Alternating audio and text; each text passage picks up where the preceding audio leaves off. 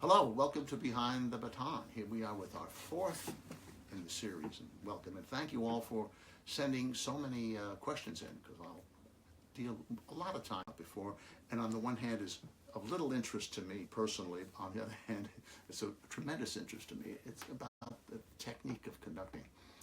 So what I care about, like every conductor, is making music. We care about the phrasing, we care about the pacing, we care about the balance, the intonation, the beauty of sound. We care about all these things. And our technique, the way we move our arms and hands, hopefully enhances our ability to get a great musical result. The question then, of course, is what can one do besides just beating time? Now remember, when you study conducting, or anyone study, you're taught a pattern. Very easy. I used to do, on occasion, go to a Rotary Club when I was music director in Seattle, and I give them all a conducting lesson. And I teach them how to conduct 3 or 4. I would teach them how to give an aggressive beat or a soft beat, and everybody enjoyed it, and they had a certain amount of knowledge now about what we do. But quite frankly, there are 3 elements, in a sense, to what we do. We conductors have to think about what we do with our hands, our arms. We have to think about how the orchestra will respond to that, and then in fact in real time see how they respond to it. And also I'm interested personally about how the audience interprets what we're doing, to see if what we're doing reflects in the music making. So I want to educate the audience to understand what we do, so that they can be better arbiters for the quality of conducting. Now, the big thing about conducting, and this is useful for everyone, is the upbeat. We all know about that. If any of you looked at my conducting lesson on YouTube, it's all about the upbeat. So upbeat, just to tell everyone again, you start from a downward position, you go up, and you come down. Pretty simple. One question that came in, which I thought was a very good one, and one that concerns conductors, all of us, is the difference between the downbeat and the rebound. A lot of people don't like to talk about it, but I'll give you an example. If I bring my hand up and I come down, downbeat. If I bring my hand up and I come down, rebound. So the difference is the downbeat is here and the rebound is here. So I'll give you some examples. Here's a downbeat.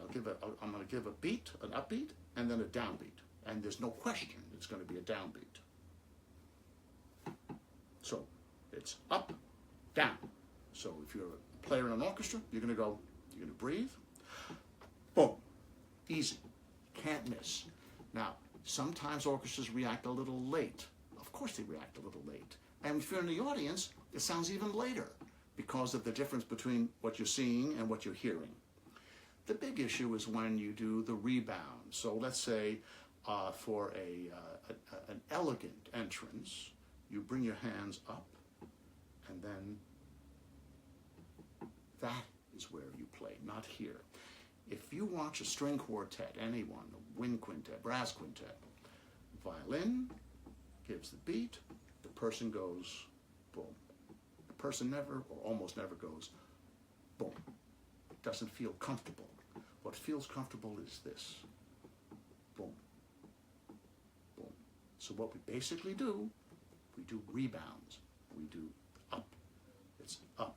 Everyone does up. On occasion, we do downs, but that's a different effect. If you want to have an elegant, beautiful beat, beautiful entrance, you're not going to do it with this kind of beat. You're going to do it with this kind of a beat. So if I want a downbeat to be elegant, it's very hard, because you always want to have a little motion. You don't want to have the beat stop. So I hope someone's getting the idea of the difference between the downbeat and the rebound, but it's all in the way you do the upbeat. So I'll give you a couple examples. Let's say I'm going to do a fast tempo, and I'll go boom. It's very clear. Now, what if I'm going to do a fast tempo, but it's a rebound? Boom. It's not as clear, but hopefully the orchestra will react in a positive way. A lot of it has to do with the speed with which you bring your hands down and up. If I do this, so this is a slow motion. If I do this, the speed is down. Now, the players aren't, and the audience is not saying, oh, he's giving a fast beat or she's giving a fast beat. But in fact, that's what you do. Sometimes you click. So for example, I might go and 1. So I'm clicking, click, 1. That's clearly a downbeat. Other times, the upbeat is a more amorphous, beautiful, and then it's usually a rebound. And the orchestra usually responds. If it doesn't, then you have to adjust. You adjust your technique. A lot of times you see European orchestras, especially German orchestras, playing very late. I mean, the idea is don't be the first one in. But you can train an orchestra to play a little sooner. If they're tending to play late, you can say, please don't play so late. But on the other hand, a lot of times they play late because we conductors conduct with our wrist. So we'll go like this, boom, and then bring our wrist, and then bring our hand down. So it's like Baton, and you don't know where the beat is. We have lots of parts to our hand, our arm, our baton. I'm very much a wrist conductor, so I use a lot of wrist, but I don't lead with the wrist and then bring my hand down. I have this kind of motion, much more than this. I rarely use the arm, I use the wrist. That's what I do. If you look at any videos, any of us, try to analyze where people are playing and how it relates to the upbeat. It's becomes very clear. Remember, it's all about the speed with which you let and the release up. You can do and 1, that 2. I've done that many times with pizzicato. So you might go up and boom. So that's pretty clear too. Sometimes with professionals it's not a problem. Students might have a little, some puppet might play in the down, but it's a musical gesture. So if you think of the upbeat being a musical gesture, indicating tempo and the spirit, the musicality of that particular note, it makes a huge difference. I watched a young woman the other day conducting on Long Island. My nephew won a piano contest. 11 years old, and he was concerto contest. He was playing the concerto. This conductor was conducting beautifully. She knew when to do the rebound, when to do the downbeat, when to be a little firm, when to be a little more legato. All those things come. So that's just this. That's just what we're talking about here. We conductors, of course, every part of our body is important. The most important for me, are the eyes. I cue with eyes. I don't almost never do, sometimes I do, but mostly it's with the eye. I reinforce entrances. People don't really need you to tell them when to come in, especially in traditional works. They know where to come in, but you reinforce it by looking at them. There are two things that we all know, we conductors, so we all know that Karajan used to conduct concerts with his eyes closed. And if you look at his videos, you'll see that everything's closed, and so people say, your other senses are much more sensitive than the eyes. Also, it's not distracting, is it? So if I look at you and like this, you're thinking to yourself, why are you looking at me like that? If I close my eyes, I'm not looking at you, and so that's not an issue. Now, Zubin Mehta, for example, a wonderful conductor, stares at people, so he stares. Now, when he does that, I'm not sure he does it anymore. He used to. When I played with him many, many years ago, I used to think, people must be wondering, why are you staring at me, Maestro Mehta? Rather than how should I phrase the Brahms symphony here? Anyway, the eyes are crucially important. Everything's important. Everything we do, every part of the body. Now, there are many rules. You shouldn't bend your knees. You shouldn't do this. You shouldn't duplicate your left and right hand. Forget all of that. What's important is being expressive, being able to get across an idea. So I guess that's again, a little superficial for the moment. We'll get in more depth as these sessions go on. But I wanted to touch on a few really interesting questions that have come in. So, how do you personally balance your interpretation of a concerto with a solo with its own interpretation? Do you ever draw the line? So, What I always did, the way I look at this is that the soloist has spent a lot more time practicing their part than I did studying the concerto. Pianist, playing a Beethoven concerto, I mean, hours and hours and hours of studying that concerto. I've studied it too, but not as, because they actually have to play all the notes. So I tend to want to do what's good for them. If they've learned at a certain pace, I will try to do it at their pace. That said, I have often asked soloists if they would consider doing this or consider doing that. Or sometimes a soloist will say to me, do you have any ideas, any suggestions? Well, that's great. You open up the door, I'm there. On the other hand, I never insist, I never have. I've never gotten into a fight with a soloist. I always will, in the end, do what they want. When I was younger, I always went along with, especially older soloists. I never even questioned. Now that I'm older, and if I have a young soloist, I very often will make some suggestions. And sometimes they like it, and sometimes they don't. But I often will say, look, I have some ideas. I love to mention, if you don't want to do them, that's fine. But what do you think of this? And it's a very interesting thing. In the end, though, most important is to make the soloist comfortable. And that's of crucial importance. If musically you don't get along with the soloist and they have a completely different idea about how a piece should go, when you have the option, you just don't work with them. You let someone, you could have a fine soloist and you as a conductor, you don't actually see eye to eye about musical things. And if you're a music director, you still want that wonderful soloist to be there for your audience and your orchestra. But if you don't see eye to eye musically what they're up to, let the guest conductor conduct that person. So anyway, I hope you get an idea of how I feel about it. Again, now that I'm older, a lot of younger players will actually come to me and ask me, what do you think of this? Or they'll actually play concertos for me, and then I'll give them ideas and hopefully good ideas. But I always say the same thing. Look, if I'll give you all the ideas, but you have to make that decision on your own. Next one's a very good one. Do you find it effective when composers specify contrasting dynamic markings between different sections of the orchestra? For example, violins and viola playing the tune, marked forte and octave. What about the supporting brass playing mezzo piano and so forth and so on? I'm a great believer.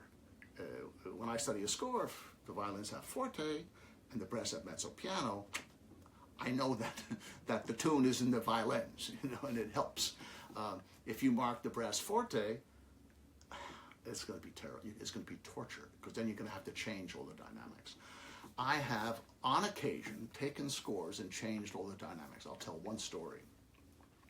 Korngold Violin Concerto. I'm not sure if I told this one, but I changed most of the dynamics in the Korngold Violin Concerto, because if you play it the way Korngold wrote it, with the violin and the forte and the trumpet, let's say, and the violin playing forte, the trumpet will destroy the violin. There's no chance. But what was important is I didn't just write mezzo cross out forte. I actually whited out all the dynamics, and I put all new dynamics in that worked. And I remember once working with a great soloist, and before the first rehearsal of the Korngold, he said, "Oh, this is such a problem. The balances are such a problem. I'm so sorry we have to go through all this." I said, "No, it'll be fine." He said, "Well, it's impossible. How could it be fine?" I said, "I guarantee you it'll be fine." And it was. And he was shocked. And then he said, "How do you do it?" And I told him, he said, "Can I borrow your parts the next time I do the piece?" So, yes, for those composers, you give us a hint. Give us conductors a hint by putting the dynamics that you think are right. I will balance it. If the accompanying part in the brass is not loud enough at mezzo piano compared to the forte and the violins, I will personally take care of it. That's my job. This is a very interesting question about Chris Geckert asked. What about the beginning of pieces? Do you conduct them? Oberon, the horn, the Brahms Second Piano Concerto, Mahler Fifth, Pictures in Exhibition. The most interesting, of course, is Afternoon of a Faun.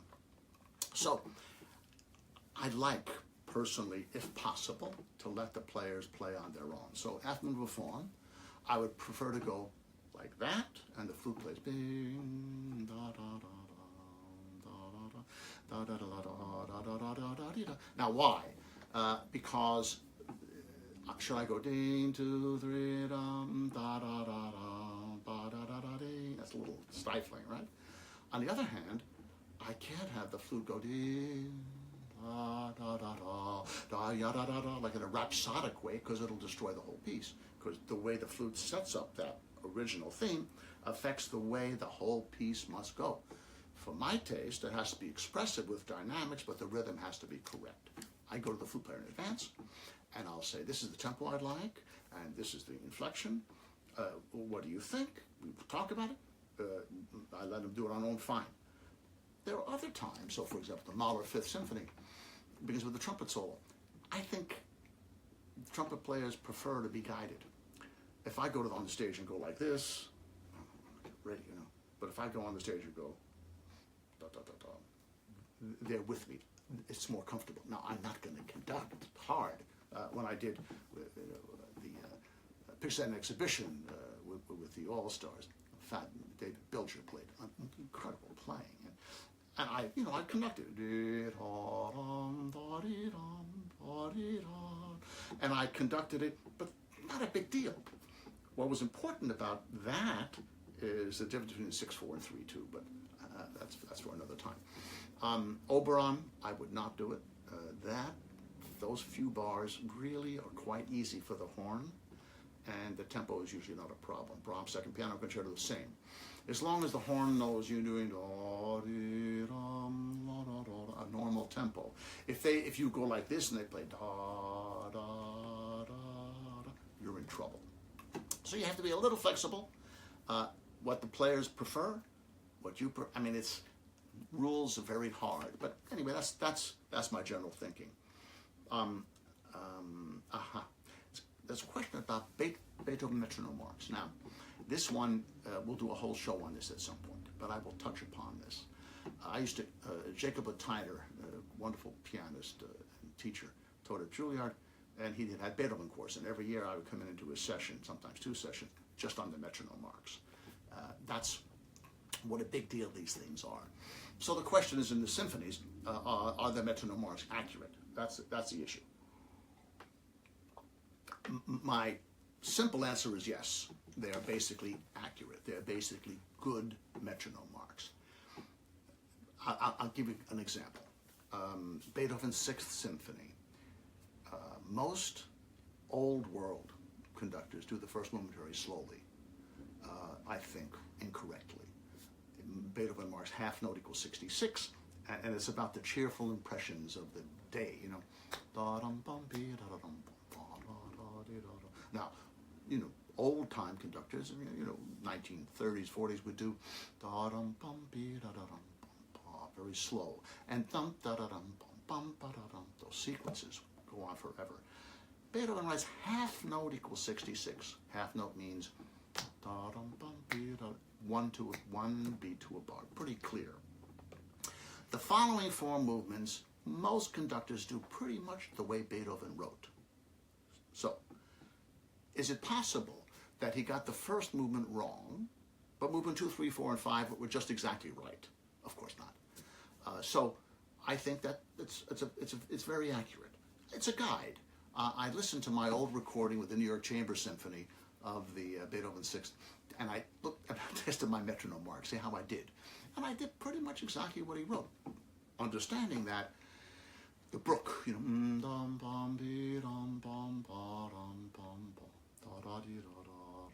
I did a little slower than 50 at first, and then it became 50, then it was 48, then it was 52. You have to be flexible. You have to feel what is the right tempo.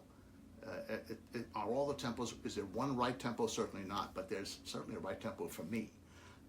And I listened to that Beethoven Sixth, which I made 30 years ago, and the tempos seem right to me.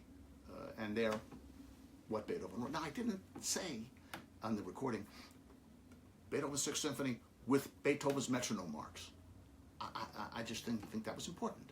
Composers give us some ideas, metronome marks, and then you use them. You first of all, you digest what they say, and then you take them or you don't take them.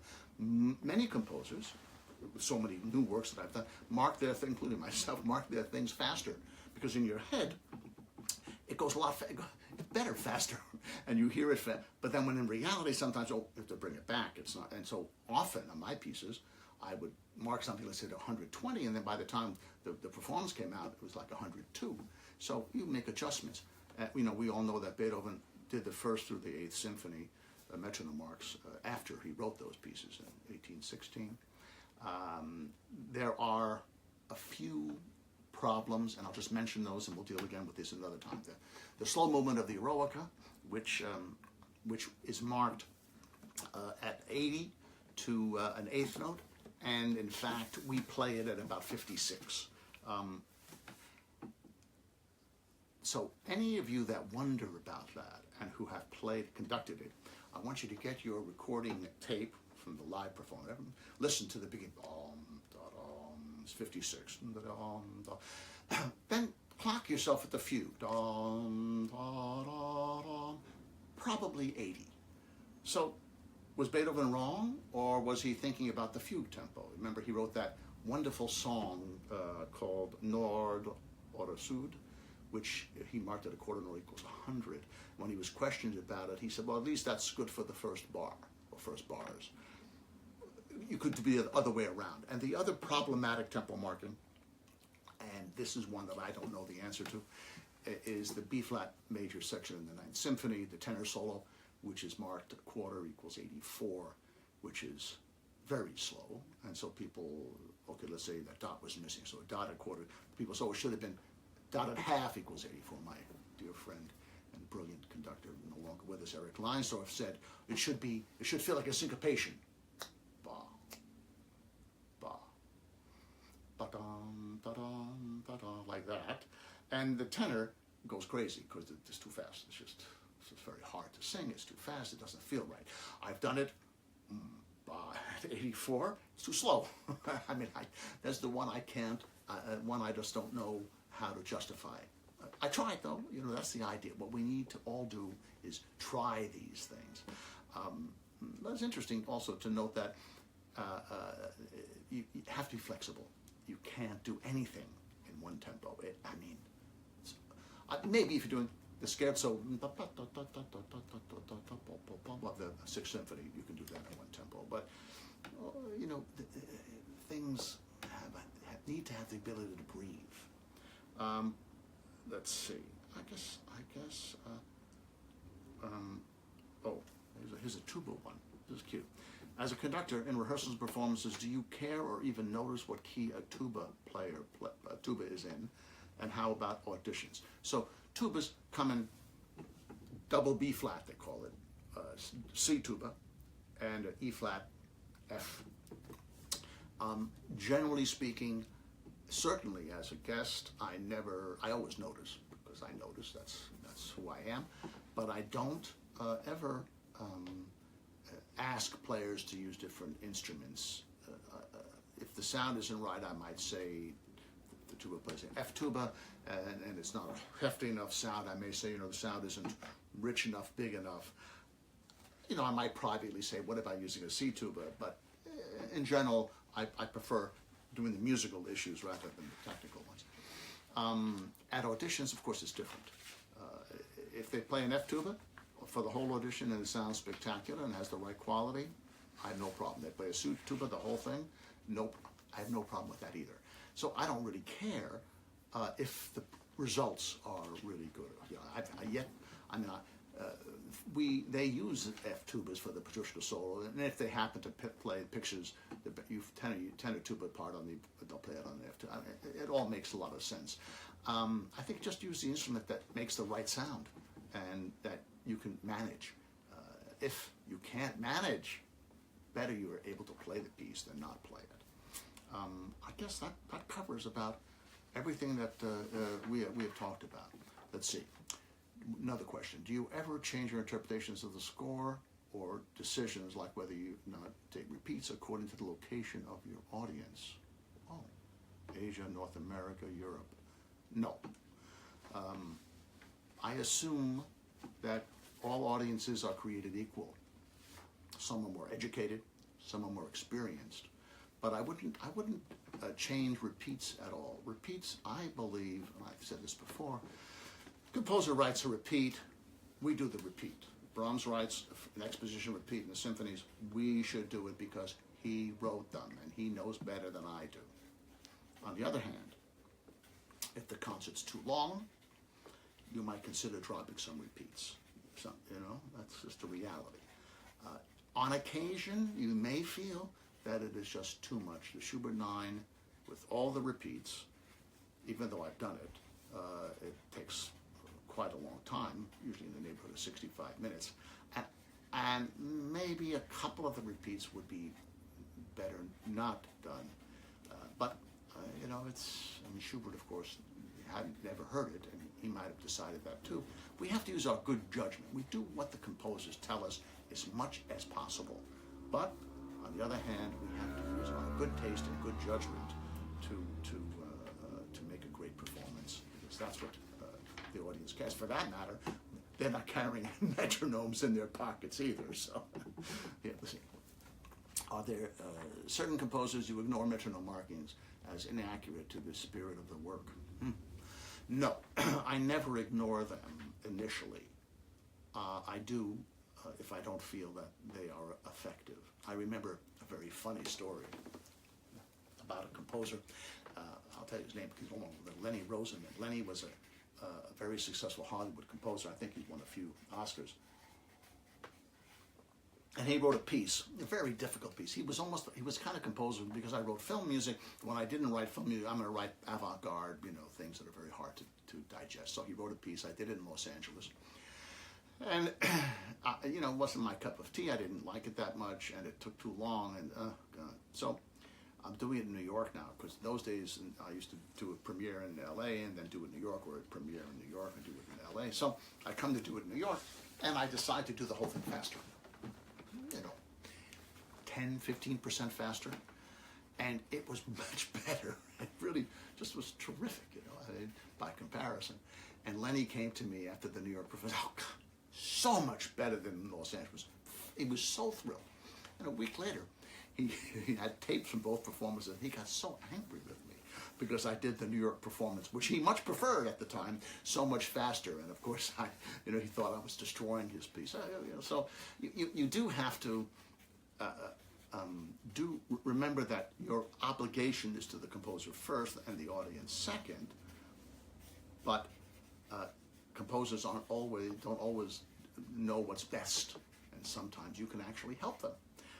And sometimes when you help them, they're not so appreciative of the help that they get. We have another one. Is there any type genre of music a symphony should not perform? Oh, Brian, that is a good one, because what's happening now is very interesting in our world. Those of us who are in the classical music symphonic world, we're there probably because of Beethoven and Brahms, and it could be Stravinsky and Bartók and whomever. It's not that we don't like popular music. It doesn't mean we don't like film music, but that's what attracted us. What I'm seeing now more and more everywhere is more popular music and less traditional classical music. Yes, there is a larger audience for popular music than classical music. That's just the way it is. It's always been that way. There are a million records sold for pop artists in the old days, and never millions, or almost never millions sold for classical music. Our responsibility is to play classical music, to play the great composers. To do entertaining things, pop concerts and film scores, and it's lovely, it's very nice, and there's an audience for that, and there's a place for that. I'm just a little nervous that the scales are tipping towards doing too much pop music and less classical music. I feel it hurts the audience of the classical works. It hurts the funders. They don't want to fund you playing film music. They want to fund you playing Beethoven and Brahms. It's a tricky question.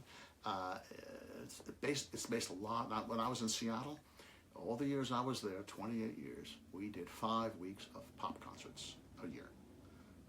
One without the orchestra, a jazz band or a popular, and then 4 with the orchestra. That was it. And it never changed. We did 5 performances of each. They sold out. They made money. It was great. But that wasn't what we did. That wasn't our why we existed. There's a place for it, as I said, but I think you have to limit it. Maybe I'm being a little idealistic, and I could be wrong, of course. But anyway, that's my opinion about it. Okay, so this is fun. It's very interesting. Always interesting for me, and I love the questions. Great questions. Keep them coming, and we'll do another one in a few weeks. Great pleasure to be with you. Thanks for joining me.